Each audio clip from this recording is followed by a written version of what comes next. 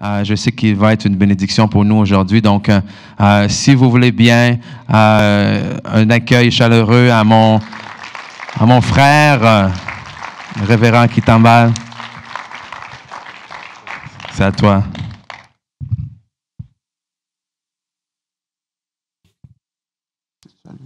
Ouais. Allô? Oui. Wow, il y a beaucoup de gens.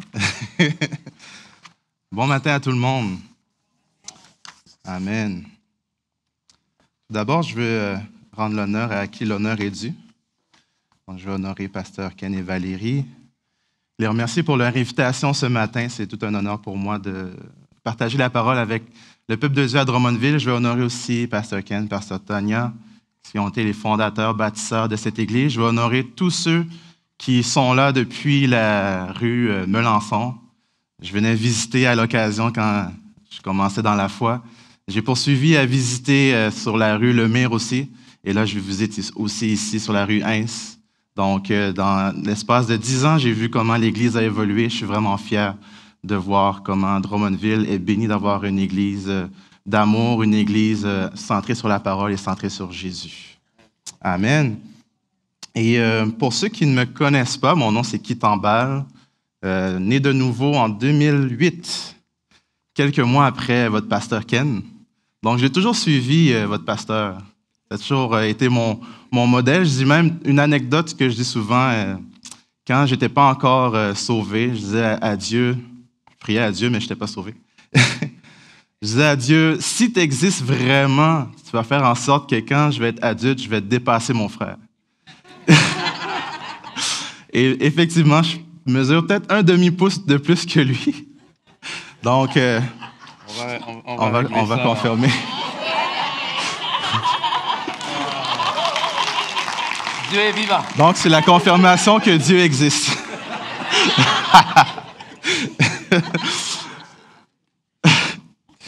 Donc, quelques mois après, j'ai vu mon grand frère s'inscrire à l'école biblique Réma.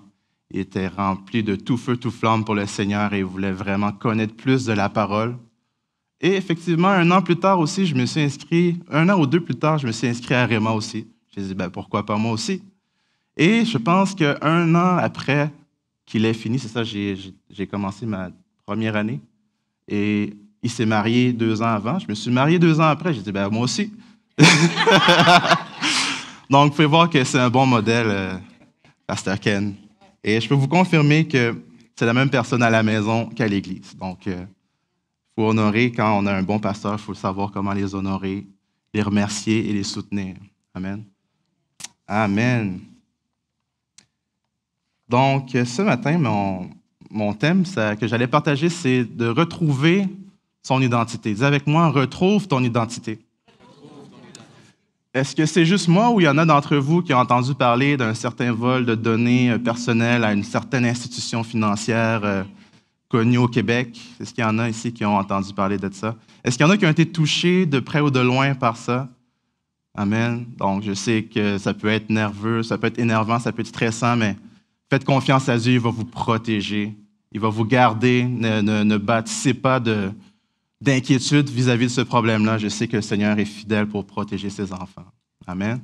Et c'est très malheureux, je regardais souvent les nouvelles et tu vois que les données sont vendues sur le marché noir. Maintenant, c'est plus juste le vol de carte de crédit, c'est carrément le vol d'identité. C'est fou dans quelle société on est rendu. Amen. Le vol d'identité carrément, c'est-à-dire qu'une personne peut marcher avec une identité qui n'est pas la sienne et faire toutes sortes de transactions, toutes sortes de choses au nom de quelqu'un d'autre. Amen. Et la personne sait clairement que ce n'est pas elle. Tu peux aller, excusez-moi, retirer de l'argent, puis ton retrait est refusé, puis on vient te dire, monsieur ou madame, vous avez retiré votre maximum aujourd'hui. Tu dis, ça fait au moins 5 jours que je peux aller à la banque. Comment ça? Mais c'est qu'on a volé votre identité ou on a usurpé votre identité. Amen. Mais la plus grande tragédie, je pourrais dire, c'est que beaucoup d'enfants de Dieu aujourd'hui n'ont pas conscience de leur identité ou ne marchent pas dans leur identité ou marchent dans une identité qui n'est pas la leur. Amen. Mon but simplement ce matin, c'est de vous aider à renouer, à reprendre conscience ou à peut-être redécouvrir quelle est notre réelle identité en Christ. Et peut-être que des fois, on peut se dire, oh, j'ai déjà entendu, je sais déjà, mais quels sont les fruits de ta connaissance, de ce que tu sais? Où sont les fruits du fait que tu sais que tu es en Christ? Amen. C'est ça mon but ce matin. Et non seulement d'être en Christ, mais vraiment de comprendre à quelle étendue on est des fils de Dieu. Amen. La parole nous dit que la création attend avec un ardent désir la manifestation ou la révélation des fils de Dieu. C'est-à-dire que la création a une excitation, la création de Dieu a une attente, attend de voir quand est-ce que le corps de Christ va se lever pour prendre vraiment sa pleine place sur la terre. Amen. Est-ce qu'il y a quelqu'un qui aussi attend ardemment ce désir-là? Amen. Bien, ce matin, je viens juste pour vous aider un petit peu à remettre un petit feu, à remettre une petite conscience de plus dans ces réalités qui sont déjà vraies pour nous. Amen. Donc, j'aimerais qu'on puisse aller dans la parole ensemble. En Galates, en premier, j'ai 2 passages principaux que je veux partager avec vous, mais j'aimerais qu'on puisse aller d'abord en Galates, chapitre 4, à partir du verset 6 et 7. Donc, Galates, chapitre 4, versets 6 et 7.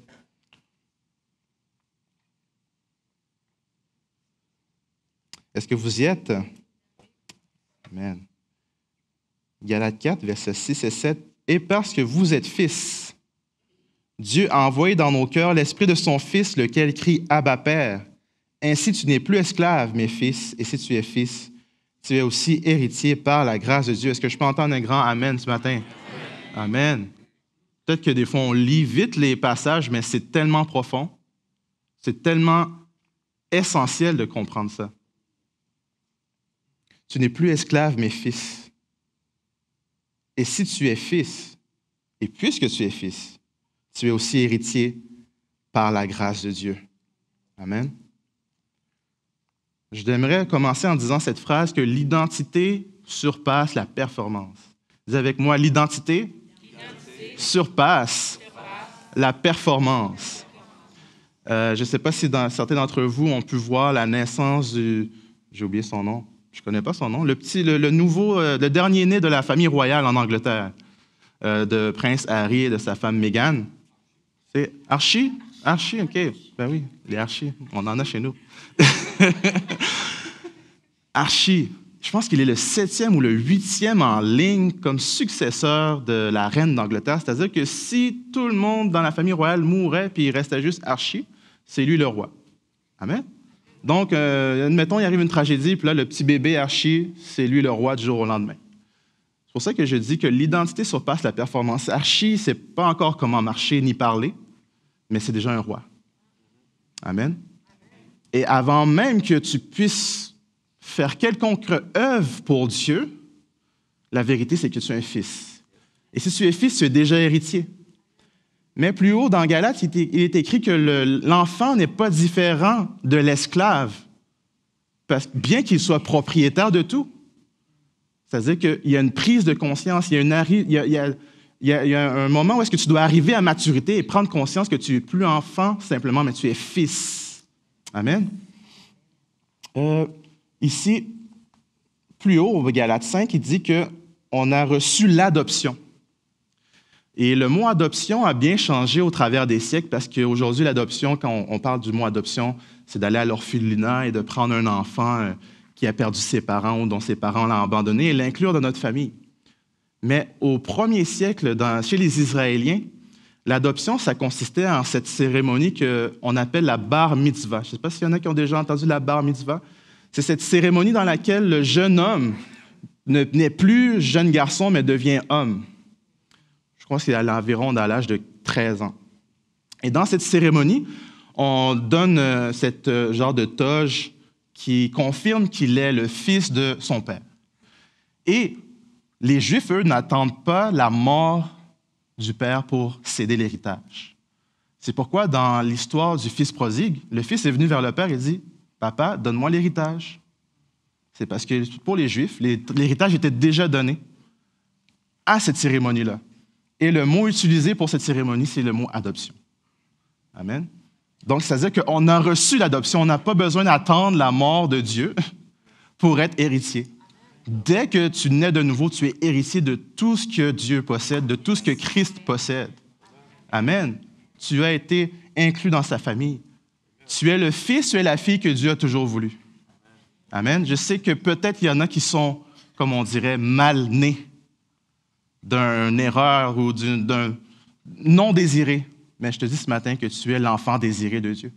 Tu es l'enfant que Dieu a toujours prévu et voulu. Amen. Mais qu'est-ce que ça veut dire de ne plus être esclave ou de ne pas marcher comme un esclave? Beaucoup d'enfants de Dieu marchent comme des esclaves ou des serviteurs. Oui, nous sommes serviteurs de Dieu, mais nous sommes tout d'abord et avant tout des fils de Dieu. Amen. On peut porter beaucoup de chapeaux dans nos vies qu'on peut appeler identité, n'est-ce pas? Quand je suis enfant, je suis le fils de mon père. Quand je suis marié, je suis le mari de ma femme. Quand je travaille à un endroit, je suis employé de tel patron. Quand, admettons, je vis un décès, quelqu'un perd son mari, sa femme, il devient veuve. Notre identité change constamment dans notre vie. Mais l'identité qui ne changera jamais, c'est l'identité de fils de Dieu.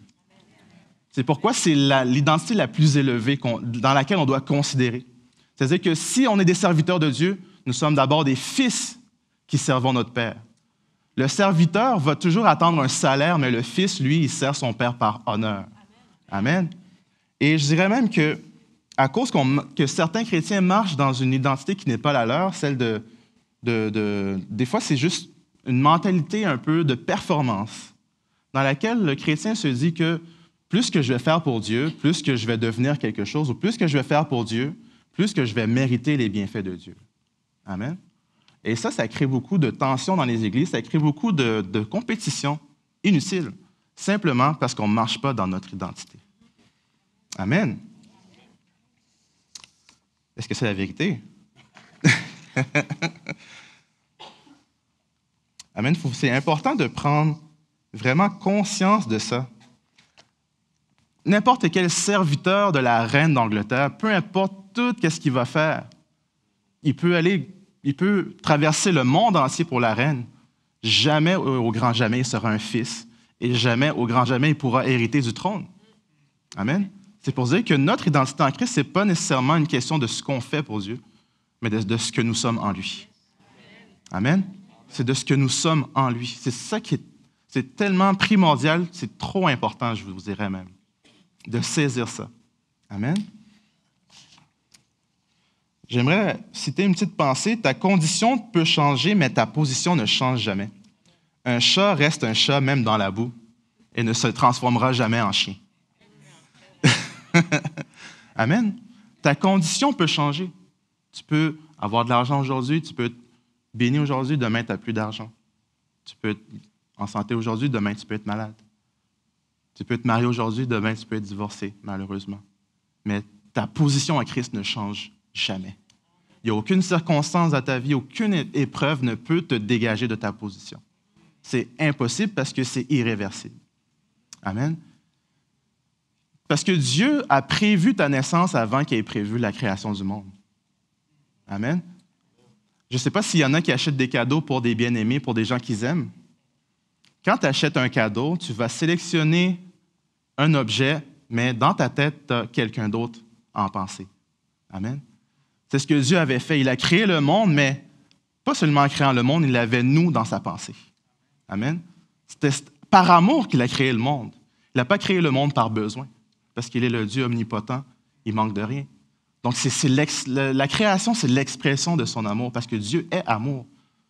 Dieu est celui qui aime, le Fils est le bien-aimé, et le Saint-Esprit, c'est ce lien d'amour entre le Père et le Fils. Et constamment, ils s'échangent l'amour entre eux. Et Dieu a dit, c'est impossible qu'on puisse être amour et vivre cet amour seul, on va inclure quelqu'un dedans. Ça va être l'homme, ça va être l'être humain. Dieu, son plan, c'était de nous inclure dans son amour. Amen. Et c'était avant la chute d'Adam, c'était avant toute la disruption de tout l'univers, c'était avant la création du monde. C'est ce que Dieu a prévu depuis le début. Donc, Jésus n'est pas le plan B de Dieu.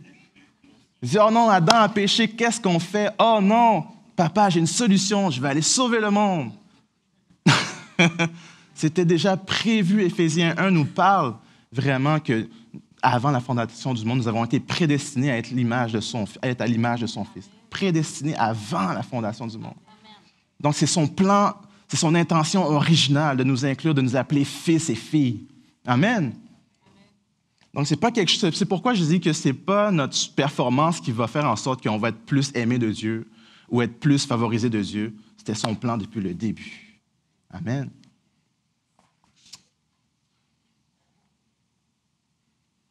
Donc, j'aimerais qu'on puisse aller dans le passage dans Philippiens. Philippiens 3.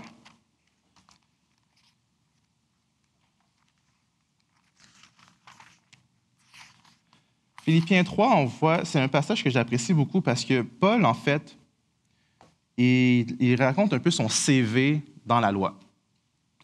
Il raconte un peu son CV et ça me fait penser à beaucoup de personnes aujourd'hui qui mettent l'accent, au lieu de mettre l'accent sur leur identité en Christ, mettent l'accent sur leurs accomplissements ou sur leur statut social. Et même que le statut social devient plus important que les réalités célestes en Christ. Amen.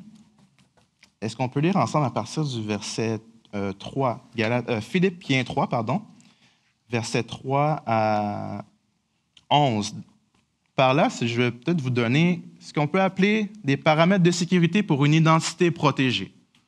Vous savez, comme Equifax a donné à tout le monde gratuitement un abonnement pour protéger l'identité, moi, ce matin, je vais vous donner des paramètres de sécurité afin de vraiment renouer, retrouver votre identité en Christ et la garder pleinement sécure en vous. Amen. Je vais donner d'abord les 2 points et on va lire le passage. Le premier point, c'est de ne pas mettre sa confiance à la chair. Et le deuxième point, c'est de perdre pour gagner. Je vais l'expliquer. On commence au verset 3. « Car les circoncis, c'est nous qui rendons à Dieu notre culte par l'Esprit de Dieu, qui nous glorifions en Jésus-Christ et qui ne mettons point notre confiance en la chair. Moi aussi, cependant, j'aurais sujet de mettre ma confiance à la chair. Si quelque autre croit pouvoir se confier en la chair, je le puis bien davantage. » Là, il va commencer à énumérer pourquoi est-ce que de tous les gens qu'il connaît, Paul est celui qui a le plus de choses à se vanter. Amen. Il commence. « Moi, circoncis le 8e jour. » On sait que dans la loi, les enfants qui naissent doivent être circoncis le 8e jour pour être vraiment dire « Ah, ça, c'est un vrai Hébreu. » Donc, si les parents manquaient à leur obligation, « Ah, ben là, je l'ai circoncis le 12e jour parce que je n'avais pas le temps. » Puis là, c'est comme, bon, c'est un Hébreu, mais de seconde classe, tu sais. Parce que la loi disait vraiment 8 jours après la naissance. Donc là, il se vante. Moi, là, j'ai été circoncis, selon la loi, le 8e jour, de la race d'Israël. Donc, c'est un vrai Israélite. De la tribu de Benjamin, hébreu né d'Hébreu. Dans les 12 tribus d'Israël, je pense qu'il y a 2 tribus qui ne se sont pas détournées de Dieu dans la rébellion et qui n'ont pas été amenées en exil. Et dans ces tribus-là, il y a la tribu de Benjamin. Parce qu'on sait que quand certaines tribus d'Israël ont été amenées en exil, les païens ont commencé à se mélanger aux Israéliens. Et de sorte que les Samaritains sont des Israéliens, mais qui ont été mélangés à d'autres nations. Ils n'étaient plus considérés comme des Juifs. Donc, lui, il se dit que oh, moi, je viens de la tribu de Benjamin, je suis vraiment en pure race juif, là. C'est ça qu'il veut dire. Quant à la loi pharisien, donc, non seulement il suit la loi, mais là, il est pharisien. Hey, c'est vrai de vrai. Il suit la loi à la lettre, là. Il pêche jamais, lui. Quant aux zèles, persécuteurs de l'Église, parce que les pharisiens, ils considéraient l'Église dans le temps comme de l'hérésie. Donc, moi, là, je mets les chrétiens en prison, là. Je suis vraiment droit sur la loi. Irréprochable à l'égard de la justice de la loi. Il le dit, il est irréprochable. Je suis clean, je suis le meilleur.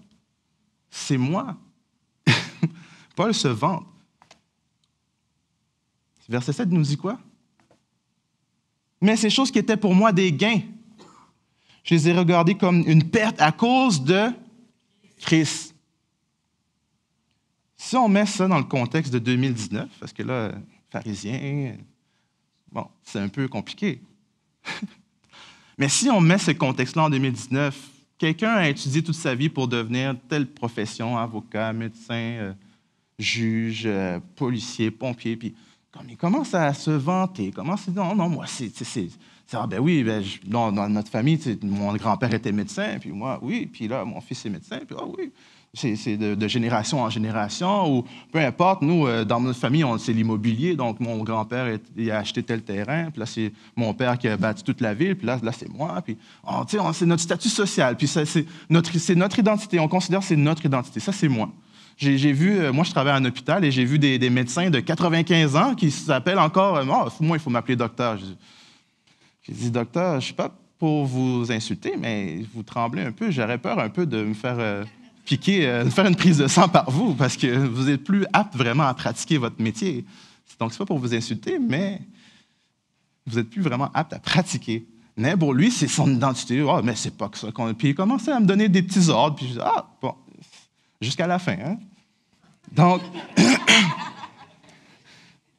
mais c'était son identité. C'était trop important pour lui. Parce qu'il a travaillé fort pour ça. C'était trop important pour lui. Et c'est ce qui faisait sa personne. Donc, sans ce titre-là, il est rien. Et Paul dit pharisien. Donc, maintenant, dans l'Église, les gens se donnent des titres ou des positions ou des fonctions. Et sans cette fonction-là, ils se disent qu'ils sont inutiles ou qu'ils sont rien. C'est triste. Amen. Alors moi, je suis ceci, je suis leader de ceci, je suis pasteur de cela, j'ai tel ministère, nous on fait ça, puis puis commence à se enfler, se vanter. Parce que pour cette personne-là, c'est son identité, c'est vraiment important. C'est vraiment sur ça qu'il base sa valeur. Amen. Mais Paul a dit qu'il regarde ces choses-là comme une perte. Pourquoi il les regarde comme une perte? Et je regarde toutes ces choses comme une perte à cause de l'excellence de la connaissance de Jésus-Christ, mon Seigneur, pour lequel j'ai renoncé à tout, et je les regarde comme de la boue afin de gagner Christ. Et c'est la différence entre le chrétien qui porte du fruit et le chrétien qui reste, entre guillemets, stérile. Le chrétien qui n'a pas renoncé à tout, qui n'a pas tout perdu, qui n'a pas mis de côté sa réputation, n'a pas encore gagné Christ. C'est possible d'être chrétien, d'aller à l'église tous les dimanches, de faire toutes les prières, de connaître tous les chants et de ne pas encore avoir gagné Christ. Amen. Parce qu'il le dit. J'ai considéré tout comme de la boue afin de gagner Christ. C'est pas pour dire que les diplômes ne sont pas importants. C'est pas pour dire que ton travail, c'est « Ah non, ben là, considère plus ce que tu fais. » Non, c'est pas ça. C'est que être fils de Dieu, c'est primordial. C'est au-dessus de tous les accomplissements que tu peux faire. Amen. C'est au-dessus du nombre d'années que tu peux passer à l'Église.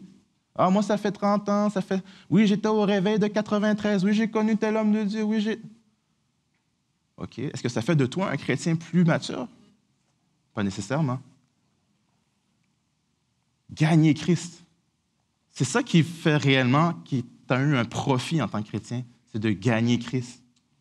D'être trouvé en lui, non avec ma justice, celle qui vient de la loi. Encore aujourd'hui, les chrétiens, on a notre propre justice.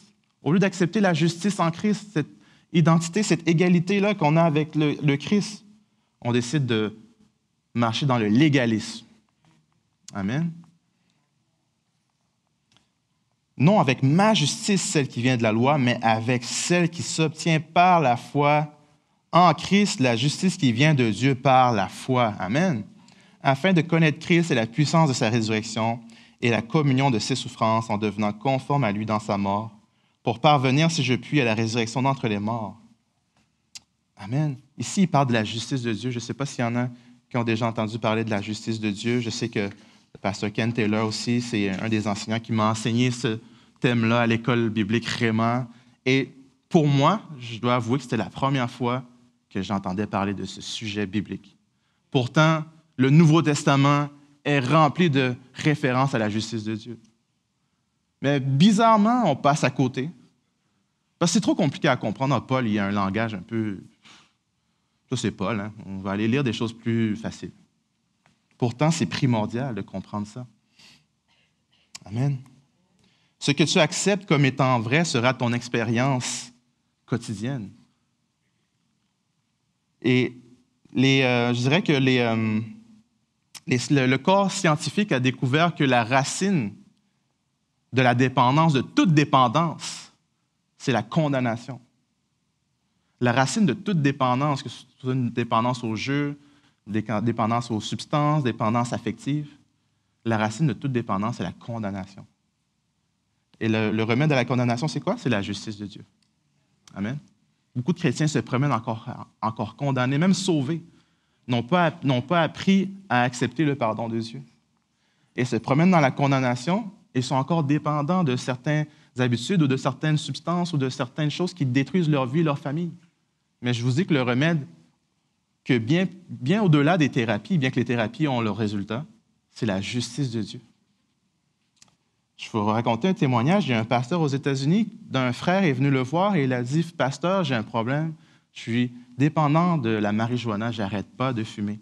J'ai accepté Christ, je suis chrétien depuis quelques mois, mais je n'arrête pas de fumer, je n'arrive pas à arrêter, c'est plus fort que moi. » Le pasteur, il dit « Continue à fumer. » Le gars, il le regarde avec des gros yeux. « Quoi? » Il dit « Continue à fumer. »« Pourquoi je vais continuer à fumer? Je vous dis que j'ai un problème. » Il dit « La prochaine fois que tu as un joint dans tes mains, tu dis « Je suis la justice de Dieu. » et commence à fumer. Il rentrait à la maison, il ne comprenait rien. Bon, il s'est mis devant le miroir, il a commencé à faire ce que le pasteur l'a dit. Il a commencé à fumer. « Je suis la justice de Dieu. Je suis la justice de Dieu. » Après 3 ou 4 puffs, il a regardé il l'a jeté dans les toilettes. Et depuis ce jour-là, plus jamais, il a retouché à la marijuana. Amen. Est-ce que c'était le simple fait de confesser de la bouche? C'est qu'il a cru quelque chose qui est déjà vrai le concernant. Amen. La justice de Dieu, ce n'est pas quelque chose que tu vas acquérir. C'est quelque chose, un don gratuit que Dieu te donne. Tu es justifié. Donc, il a simplement pris conscience que lui qui n'a point connu le péché est devenu péché, afin qu'en lui, nous sommes déjà la justice de Dieu. Amen. Donc, il a eu sa complète délivrance en expérimentant qu'est-ce qui est déjà réel le concernant. C'est pourquoi j'ai dit avant, ce que tu acceptes comme étant vrai sera ton expérience quotidienne. Si tu acceptes que tu es dépressif, que tu es pauvre, que tu es perdant, que tu es nul, que personne t'aime, c'est ça ton expérience quotidienne.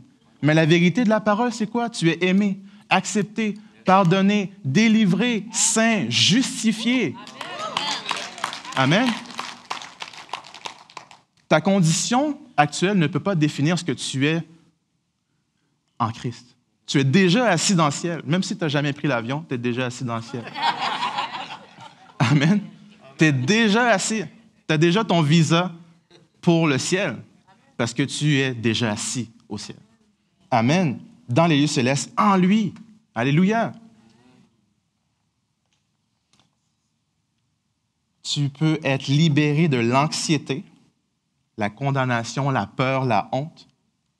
On peut chanter les chants « Je suis enfant de Dieu, je ne suis plus esclave de la peur », mais le quotidien, tu vis toujours dans la peur. Donc, tu peux le chanter, mais est-ce que tu as reçu la révélation réellement de ce que tu chantes? Amen. C'est primordial. Tu peux être délivré de l'insécurité, du sentiment d'infériorité. Beaucoup de chrétiens se sentent inférieurs à Dieu, tout simplement parce qu'ils n'ont pas compris la justice de Dieu. Jésus-Christ, il va devant les pharisiens et dit qu'il est le Fils de Dieu. Les pharisiens sont fâchés. Dis-tu en fait que tu es égal à Dieu? Jésus, il dit indirectement, je suis Fils de Dieu. Mais pour eux, dans le monde juif, c'était comme dire je suis égal à Dieu. Et pour le religieux, c'est une offense. Mais pour nous, c'est une célébration, n'est-ce pas? Amen. Mais pour le religieux, c'est une offense. Il dit, comment ça tu te dis égal à Dieu? Mais Philippiens 2 nous dit que Christ n'a pas vu comme une proie à arracher d'être égal avec Dieu. Ça veut dire que pour lui, il ne sentait pas qu'il volait la divinité à Dieu. Parce que Dieu, ça ne lui enlève pas sa divinité de te dire que tu es fils. Il n'est pas moins Dieu parce qu'il a dit que tu es son fils. Amen. Celui qui est en Christ a une position égale avec lui et des possessions égales avec lui. Co-héritier avec Christ. Si on signe une maison, on est copropriétaire, on est ensemble propriétaire. On n'a pas, lui il a 10 puis moi j'ai 90. On signe ensemble. On est copropriétaire. C'est-à-dire qu'en Christ, tu es co-héritier. Tu es héritier de Dieu. Pas dans 10 ans, pas dans 20 ans, aujourd'hui, maintenant. Amen. Amen. Tu es héritier aujourd'hui. Toute cette richesse-là, l'incrédulité à son plus haut degré, c'est de ne pas croire ce que Dieu dit de toi. Ce n'est pas simplement de ne pas obéir à ce que Dieu dit de faire, mais c'est principalement de ne pas croire à ce que Dieu dit de toi. Ah, Dieu dit que tu es saint. Ah, ben là, saint, ben là. Dieu voit ce que je fais. Hein? La sainteté, ce n'est pas nécessairement un rapport au péché, mais c'est que tu es mis à part pour Dieu. Au-delà du fait de ne plus pécher, c'est que tu es mis à part. Je sais que certains ont expérimenté dans leurs premiers jours avec le Seigneur quand ils ont rechuté dans leurs anciennes habitudes avec d'autres gens qui ne vivent pas la vie de Dieu, se faire dire « Qu'est-ce que tu fais avec nous? Qu'est-ce que tu fais ici? Tu n'es pas supposé être dans tes prières ou dans ta Bible ou dans ton Église. » C'est les propres non-croyants qui nous ramènent à l'ordre. Pour dire qu'on est saint, c'est-à-dire qu'on est différent d'eux. Amen. Même le non-croyant le voit, ta différence, mais toi, tu ne le considères pas. Amen. Est-ce que je parle à des gens qui ont déjà vécu ça? Soyez pas gênés. Amen. Il le voit très bien que tu es justifié. Tu es tellement rendu différent. Tu peux faire les mêmes choses qu'eux, mais eux, ils le savent. Même qu'ils se sentent mal à l'aise dans ta présence. Amen. C'est pour dire que tu as changé. Le changement, il est spirituel, premièrement. Et plus que tu vas prendre conscience de ça, plus que ça va se manifester à l'extérieur. C'est aussi simple que ça. Mais beaucoup de chrétiens font l'inverse. Ils font le changement externe. Beaucoup d'activités, on va évangéliser, on va prier, on va jeûner, on va semer, on va donner, on va faire ces choses, mais le cœur n'est pas transformé. C'est la parfaite définition de la religion. Nothing change, rien de changé, mais tout à l'extérieur a le paraître. C'est pour ça que beaucoup de chrétiens sont déçus des églises parce qu'ils font affaire des chrétiens religieux qui ont mis plus l'accent sur l'apparence que la transformation du cœur. Beaucoup d'enfants, malheureusement, et je ne veux pas dire ça pour condamner, ne suivent pas leurs parents à l'église parce qu'ils ont dit « si ça c'est être chrétien, je ne veux rien savoir ». Parce que leurs propres parents ont décidé de vivre cette vie-là d'apparence, mais leur propre cœur, ils n'arrivent pas à pardonner leurs enfants, ils rappellent les fautes à leurs enfants, ils n'arrivent pas à accepter leurs enfants tels qu'ils sont, alors que Dieu les accepte tels qu'ils sont. Donc, et dans ce sens-là, ils n'arrivent pas à être des bons représentants de Dieu. Si Dieu est comme ça, je préfère rester à la maison. Amen. Voici un remède, l'identité en Christ. Amen. Je veux que tu renoues avec cette identité. Lorsque Christ est dévoilé, mon identité est révélée. Jean nous dit quoi? Tel il est, tel nous sommes dans ce monde. Christ révélé, Christ dévoilé, ton identité révélée. 2 Corinthiens 3 nous dit que nous contemplons, tel dans un miroir, la gloire du Seigneur et nous sommes changés de gloire en gloire, comme par le Seigneur l'Esprit. Donc, plus je contemple ce qui est vrai à propos de Christ, sa personne et son œuvre, plus que ces réalités concernant Christ, Christ est saint, je suis en lui, je suis saint. Christ est juste, je suis en lui, je suis juste. Christ est béni, je suis en lui, je suis béni. Plus que je crois ça de lui, plus que je comprends que c'est réel pour moi aussi. Ce n'est pas une proie à arracher d'être égal avec Christ, parce que tu es en lui. Tu peux pas être en Christ et être inférieur à lui. C'est pourquoi il n'a pas eu honte de nous appeler frères. Amen. Est-ce que la parole est ment? Est-ce que je vous partage quelque chose d'étrange? C'est tout écrit. Je n'ai rien inventé. Amen. Ce sont des vérités desquelles on passe à côté tous les jours. Des gens se considèrent liés. « Ah, j'ai tel problème, j'ai tel combat. » Jésus a dit que... Jésus, au travers de Paul, oui, nous a dit que Dieu nous a fait transporter du royaume des ténèbres au royaume du Fils de son amour. Paul nous a dit aussi que la lumière et les ténèbres ne peuvent cohabiter. Tu es le temple de Dieu. Dieu n'est pas coloc avec Satan. Amen. Si tu crois qu'il y a une colocation en toi, enlève cette idée de ta tête. Dieu n'est pas coloc avec Satan. Ton temple est 100% pur. Si ton temple n'était pas pur, Dieu n'allait jamais habiter en toi. Si tu cherches l'adresse de Dieu, on va taper ton nom. Dieu habite là. Amen. Amen. Les gens n'ont pas besoin de voir ce que tu lis la Bible, mais ont besoin de voir que Dieu vit en toi. Amen. Et je sais qu'il y en a qui le savent déjà parce que même quand ils arrivent dans un endroit où au travail, l'atmosphère change, les gens sont tous heureux, tous contents. « Wow, une chance que tu es là. Enfin, tu es arrivé. » Et toi, tu fais rien. Tu es même arrivé en retard, tu es frustré. Mais les gens, ils voient, ah, Dieu est arrivé parmi nous. Dieu est arrivé parmi nous.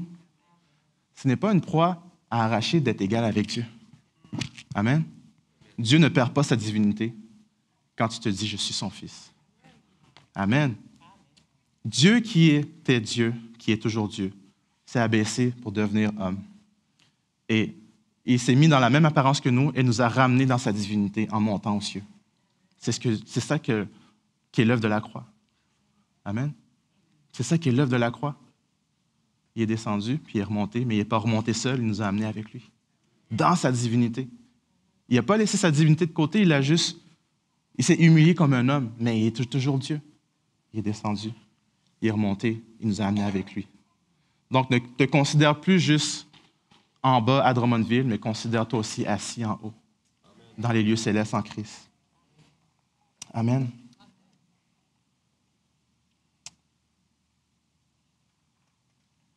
Ce matin, alors qu'on va clôturer, ce matin, je veux juste qu'on puisse peut-être se lever ensemble. Parce que j'ai à cœur de prier pour vous.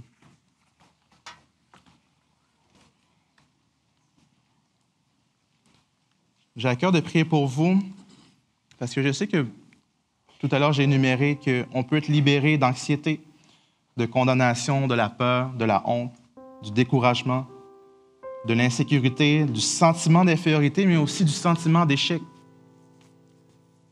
Je sais que beaucoup de chrétiens, et Dieu vous aime, Dieu ne vous condamnera jamais pour transporter des douleurs. Dieu ne va jamais vous dire, ben là, tu n'as pas assez de foi, pourquoi tu as encore ces douleurs-là en toi? Non, Dieu vous aime tellement, il voit vos souffrances. Jésus a pu avoir le titre de souverain sacrificateur par excellence parce qu'il a su compatir à nos souffrances. Il sait qu'est-ce qu'on a vécu. Il a su c'est quoi le rejet des hommes. Mais ce matin, je vais prier pour toi afin que tu puisses prendre pleinement conscience que tu es régénéré en Christ, que tu es justifié en Christ, que tu es saint, que tu es béni, que tu es libéré, délivré, pardonné. Tu es élu, sauvé, racheté. Il n'y a pas assez d'adjectifs que je peux dire aujourd'hui. Il y en a trop. Et il y a trop d'adjectifs pour que tu restes dans la position que tu es. Il y a trop d'adjectifs pour que l'Église reste aussi à l'état où est-ce qu'elle est. Il y a trop de choses à faire. Pour que l'Église puisse être puissante, il faut d'abord que l'Église soit guérie en elle-même avant d'aller guérir les autres. Mais pour saisir cette guérison-là, il faut se mettre en accord et dire Amen à ce que Dieu a dit que nous sommes. Amen. Il ne faut plus douter. Il faut être en accord avec ce que Dieu a dit de toi. Et il faut se lever le matin en confessant ces choses. Ce n'est pas tous les jours qu'on est dans notre meilleure journée. Comme on dit, les Américains disent les bad days, les mauvais jours. Qui vivent des fois des mauvaises journées ou des mauvaises semaines ou une mauvaise année. Et on ne se sent pas toujours chrétien, mais Dieu nous appelle toujours et toujours et toujours fils. Amen. Même dans ton mauvais jour, Dieu t'appelle fils. Ça ne change pas. Et je pense que, comme Jésus a dit aux Juifs, méchants comme vous l'êtes, vous savez donner des bonnes choses à vos enfants. Même le pire des parents a donné un toit à son enfant. À manger, un repas au moins. Mais notre Père céleste qui est bon, qui est amour. Non. Amen. Des chrétiens qui ont de l'anxiété, qui ont peur du lendemain, qui ont des médications. Je suis là pour te dire aujourd'hui que tu es juste en Christ. Je suis là pour te dire que Dieu t'a pardonné. Je suis là pour te dire que tu es en sécurité éternellement en lui. Amen. Tu es sécurisé par Dieu. Amen. Toi qui te condamnes tous les jours. Vous savez, la condamnation, ça entre dans un cycle de remords, reconsécration, restauration, rechute, remords, reconsécration, restauration, rechute, remords, reconsécration, restauration. C'est ça l'œuvre de la condamnation. Mais la justification par la foi te dit que Christ est ton identité, que tu n'es plus dans tes péchés, que tu es accepté par Dieu. Amen. Et c'est ça le véritable remède. Une thérapie peut prendre 12 mois, mais une révélation peut prendre une seconde. Amen. Toi qui vis dans la honte de ton passé, comme le mot le dit, c'est passé. Amen.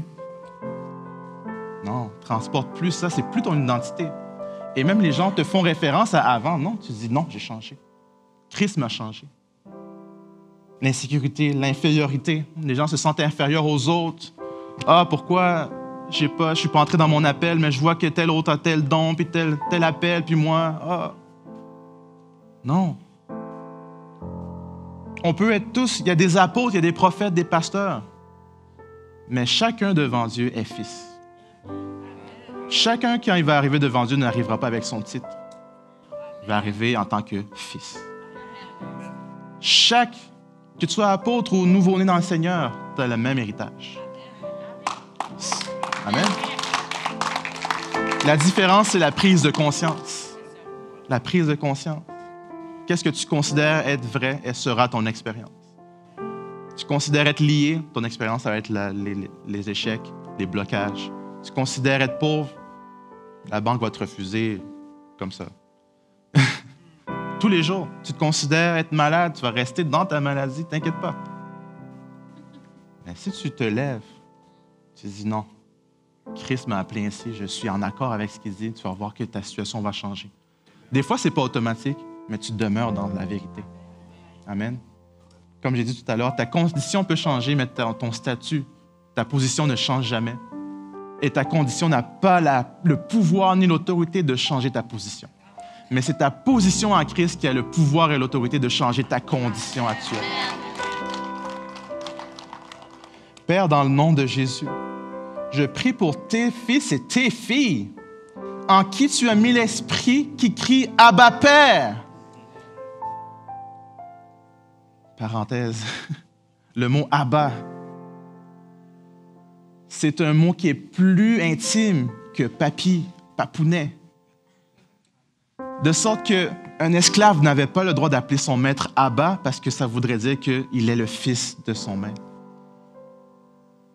Le mot Abba, l'Esprit nous fait crier Abba, Père. C'est plus intime que papi, papounet, mon papa d'amour, mon papa chéri. C'est Abba, Abba, Père. L'Esprit nous fait crier Abba, Père. Et j'aimerais qu'on crie ensemble Abba, Père. Abba, Père. Une relation intime, une relation d'amour. Cette affection de Dieu. L'amour parfait bannit la crainte. Cette affection de Dieu vient en toi ce matin. Cet enchérissement de Dieu vient te recouvrir ce matin. Merci, Père, parce que tu aides tes enfants à réaliser qu'ils sont plus que ce qu'ils pensent être. Qu'ils sont plus que des simples chrétiens routiniers dans l'Église, mais qu'ils sont les héritiers du monde. Qui sont des fils légaux, qui ne sont pas simplement des enfants adoptés qui peuvent être retournés à l'orphelinat dès le premier échec. Mais ils sont adoptés dans la position légale de fils, héritiers de tout. Merci, Père, parce que cette révélation en eux mettra fin au sentiment d'infériorité, de honte, de peur, sentiment d'échec, sentiment que leur naissance même est un échec. Merci, Père, de le délivrer de cela. Merci qu'ils savent qu'ils sont entièrement délivrés. Délivrés de leur famille, des liens de leur famille qui croient transporter en eux la vérité que la nouvelle naissance nous sèvre du ventre de notre mère. Nous ne sommes plus nés de la chair, mais nous sommes nés d'en haut. Nous avons l'ADN de Dieu. À la croix, tout transfert d'ADN s'arrête. Ne dis pas en ton cœur, ma grand-mère a eu ça, ma mère a eu ça et c'est mon tour. Parce qu'à la croix, hein, il y a eu une régénération de ton ADN. Tu es né d'en haut. Tu es né de l'Esprit. La généalogie s'est arrêtée à Jésus-Christ et a commencé avec Jésus-Christ. Alléluia! Nous sommes ses frères, ses amis, nous sommes ses fils à Dieu, nous sommes en lui. Tout ce qui n'est pas en Christ n'a pas le droit d'être en toi. Amen! Christ n'est pas colocataire avec Satan, ses démons et ses amis. Il est capable de payer le loyer tout seul. Amen! Vous êtes bénis, vous êtes protégés, vous êtes prospères et Dieu vous aime au nom de Jésus. Amen.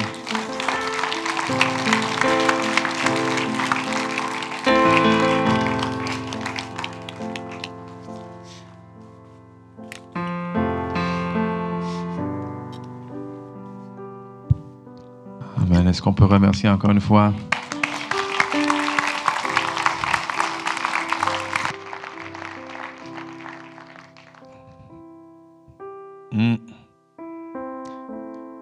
Tu sais, ce message d'identité, on peut y revenir, y revenir, y revenir et revenir encore.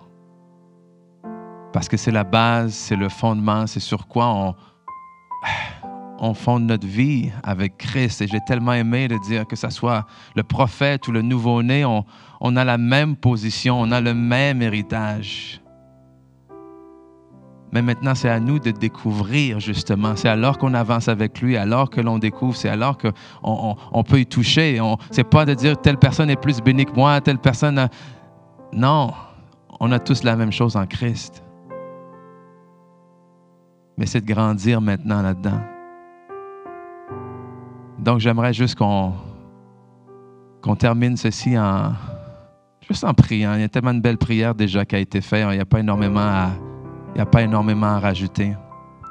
J'espère juste que vous avez laissé le Saint-Esprit vous parler ce matin. Vous avez ouvert vos cœurs et vos oreilles également. Pas bloquer la parole. Il y avait des choses qui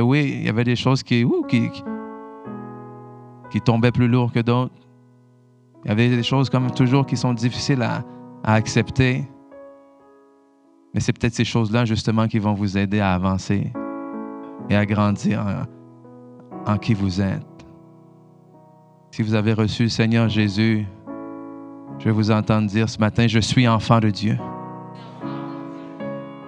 Héritier de Dieu et co-héritier avec Christ. Amen, amen. Donc, soyez bénis, marchez dans cette identité-là. Et je n'ai pas oublié, à tous les jours, quand vous allez vous lever cette semaine, trouvez une chose pour laquelle vous pouvez remercier Dieu. Puis aujourd'hui, vous pouvez commencer avec « Je te remercie, Seigneur, que je suis ton enfant. » Amen. Soyez bénis. Je suis bon, je vais déjà donner une réponse là. OK? Soyez bénis.